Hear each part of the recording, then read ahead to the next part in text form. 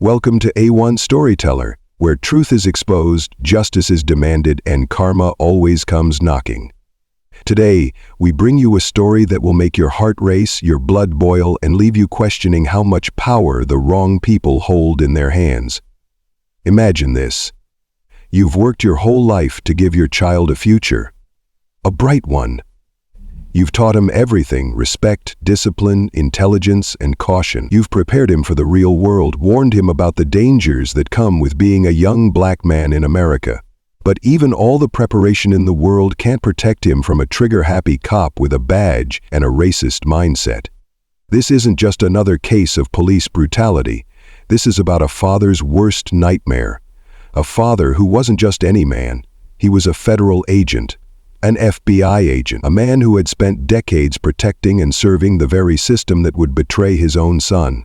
This is the story of Darius Carter, a high-ranking FBI agent, and his son Malcolm Carter, a 17-year-old honors student with dreams of Harvard. He wasn't a criminal, he wasn't a threat, he was a kid with a future. But in just 5 seconds, one bullet changed everything. A racist white cop named Greg Watson saw Malcolm, assumed he was dangerous, and shot him in cold blood. Without cause, without reason, and without hesitation. But what Watson didn't know? This wasn't just another senseless tragedy that would be buried under official reports and pending investigations. No. This time, he shot the son of a man with power, a man with resources, connections, the knowledge to take down criminals like Watson from the inside out. This time, the cover-up would fail. This time, justice wouldn't take months or years. It would take minutes. Because just 5 minutes later, Officer Watson's world would collapse. So sit tight, because this isn't just a story of tragedy. It's a story of power, revenge, and the moment a corrupt officer realized he had messed with the wrong family. And when karma comes knocking, it doesn't wait. Now, let's dive in. Malcolm Carter was a young man destined for greatness. At just 17, he was already making waves in his community. A straight-A student, a track and field champion, and recently accepted into Harvard on a full scholarship. He had a bright future ahead of him. A future that his parents, Darius and Vanessa Carter, had worked tirelessly to secure. Malcolm's father, Darius Carter, was no ordinary man. He was a seasoned FBI agent, respected, feared, and known for his sharp instincts. He had spent over 20 years putting criminals behind bars, believing in law and order. But what happens when the very system you've sworn to protect turns against you? It was a warm summer evening when Malcolm left home for what should have been a simple trip to the corner store. His mother had asked him to pick up some groceries, and he agreed without hesitation. He had no idea that less than an hour later he'd be fighting for his life. As Malcolm walked into the store, he greeted the cashier, a man he had known for years. He grabbed a bottle of juice, a few snacks, and some milk for his mom.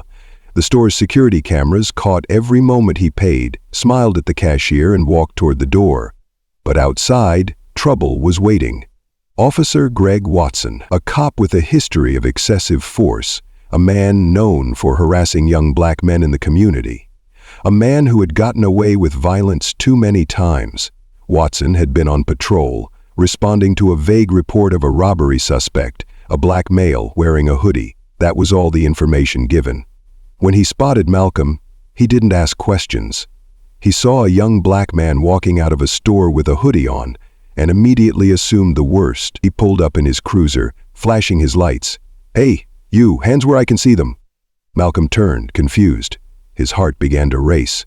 He had always been careful around police, following every lesson his father had drilled into him.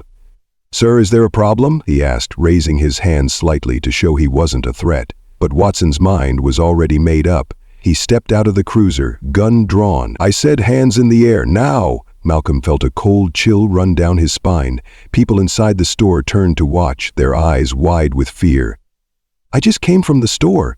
I didn't do anything. Shut up! Hands up!" "Don't move!" Watson shouted, his grip tightening on the trigger.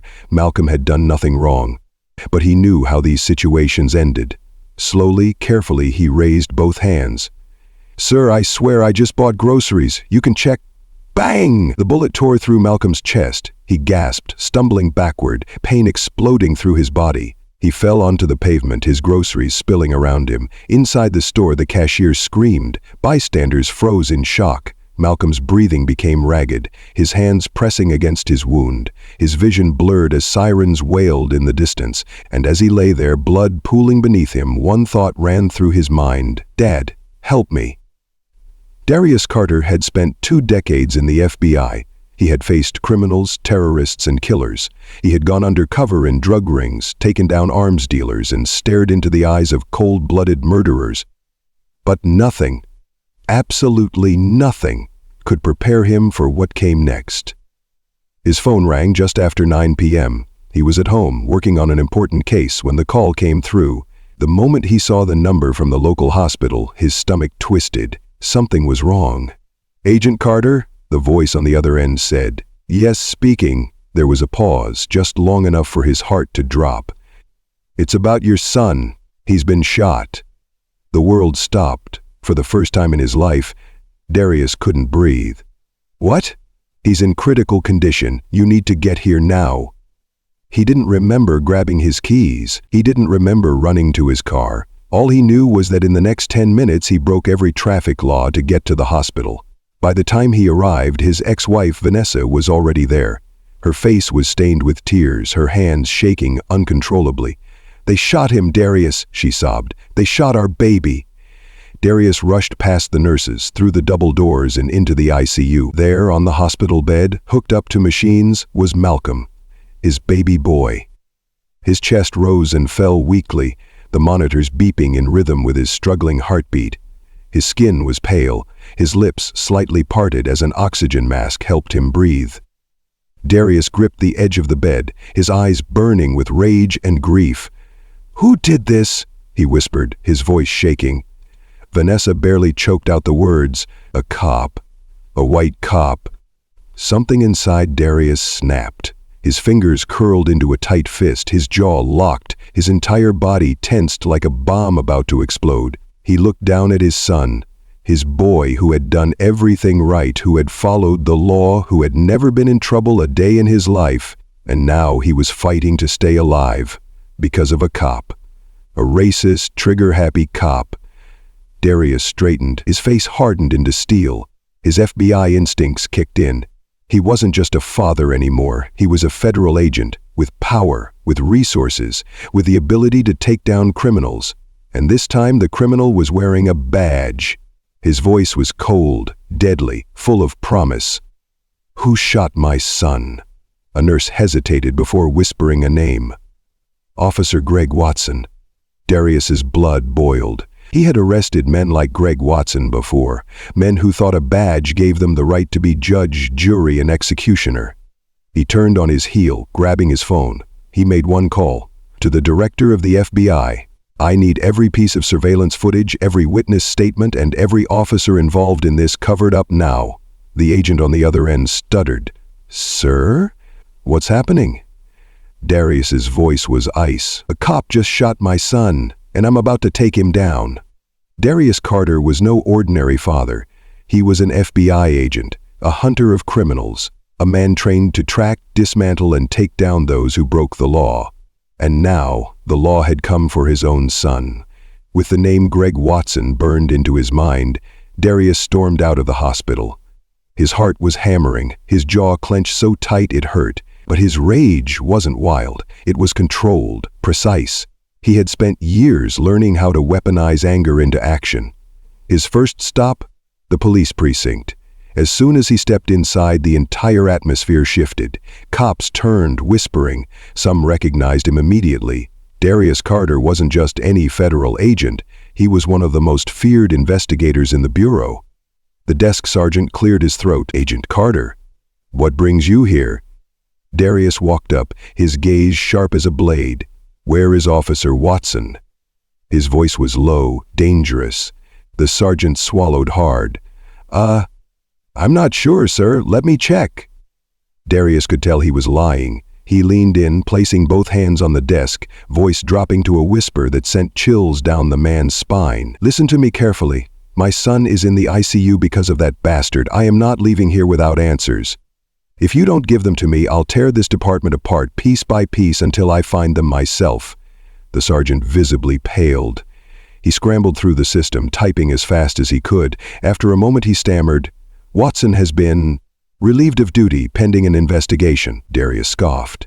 He had seen this game played before. The system would stall, shuffle paperwork, buy time, long enough for Watson to get off with a slap on the wrist. Not this time.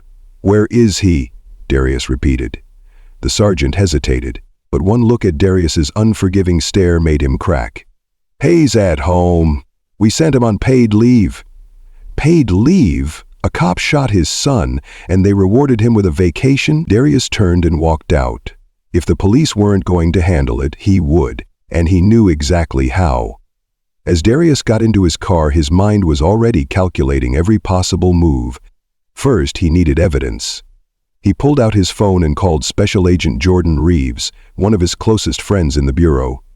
Reeves picked up instantly. "Carter, I just heard about Malcolm." "Jesus, man, how's he holding up?" Darius' grip on the steering wheel tightened. "Barely, but listen, I need a favor. I need access to every traffic cam, security feed, and police body cam in the area where the shooting happened." Reeves hesitated. "That's gonna take clearance." "Then get it." Darius's voice was ice cold. A sigh. "Fine, give me an hour." 1 hour. Darius didn't have time to waste. He made his next call to Malcolm's best friend, Jalen. "Yo, Mr. Carter." Jalen's voice was shaky. "I saw everything, man. I was gonna call you, but tell me exactly what happened." Jalen took a deep breath. "We were on the phone. Malcolm was just leaving the store. Then I heard a cop yelling. Malcolm kept his hands up, I swear. Then the shot." His voice cracked. "I heard him hit the ground, man. I heard him gasping."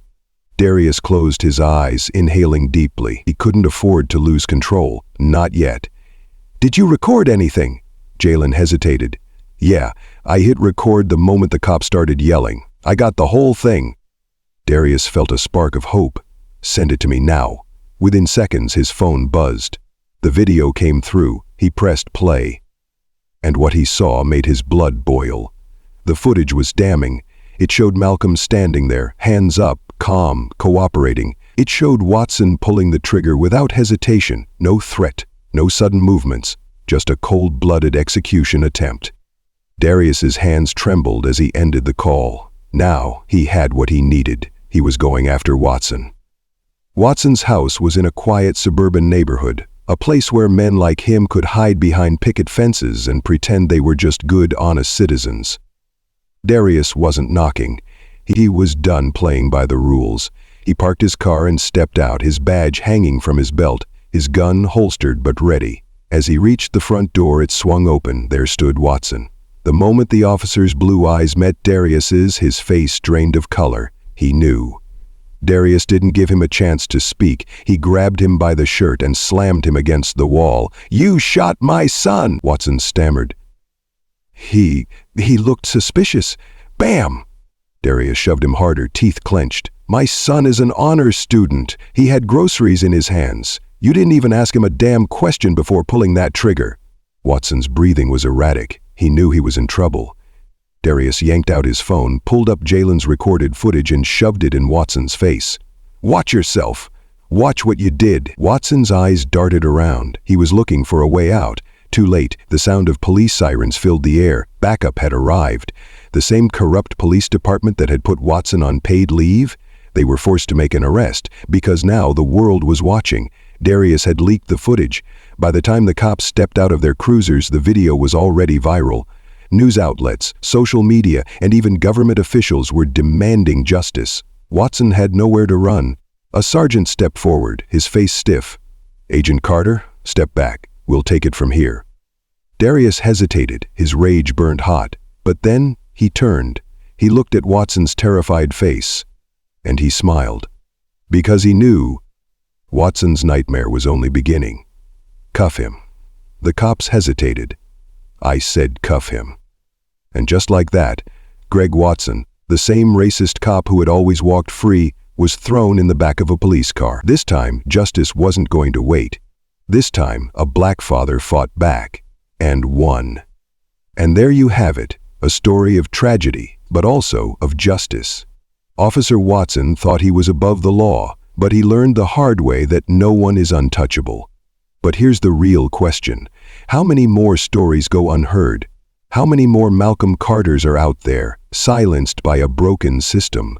At A1 Storyteller, we bring these stories to light. If you believe in justice, if you believe in exposing the truth, then hit that like button, share this story, and subscribe, because the fight isn't over.